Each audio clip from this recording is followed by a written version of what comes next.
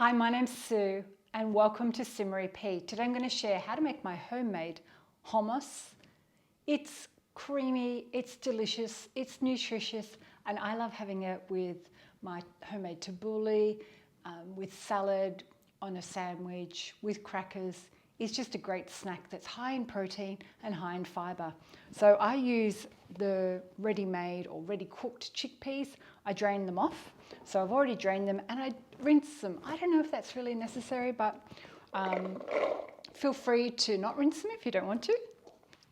And to help the hummus go nice and creamy, I add a little bit of the chickpea juice, which is called Aqua-faba. There's 3 tablespoons. I'm not going to put it all in, I'm just going to leave about a tablespoon behind. I love adding lemon juice. There's 1/4 cup of lemon juice. And I just use ready minced garlic, that's 1 teaspoon. You can do fresh garlic if you like. This is just convenient and I always have it in the fridge. I like adding some ground cumin. So I've just got some cumin spice, 1/2 teaspoon and 1/2 teaspoon of salt. The salt's optional, you don't have to have it if you don't want it. And we need tahini. Tahini is a sesame seed paste. So I like to just go straight into my food processor with this. So 2.5 tablespoons, because it creates a bit of a mess. It's like this runny liquid.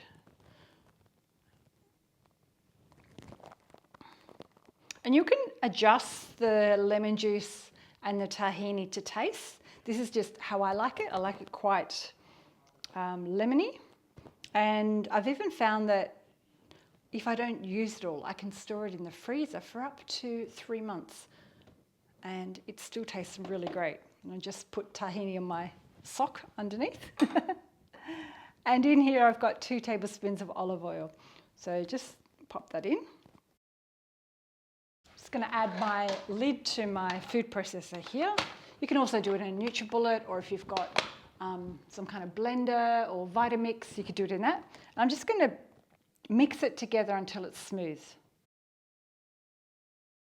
And you might like to stop it along the way and go, what's happening in there? Let's have a look.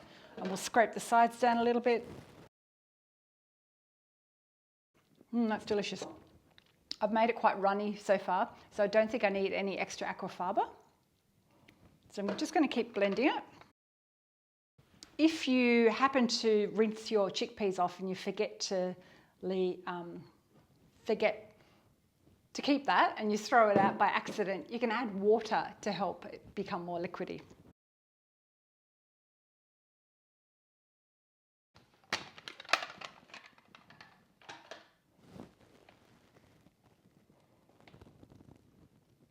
So can you see that? I'm just going to mix it a little bit, but I want to give it one more burst before I spoon it into my containers.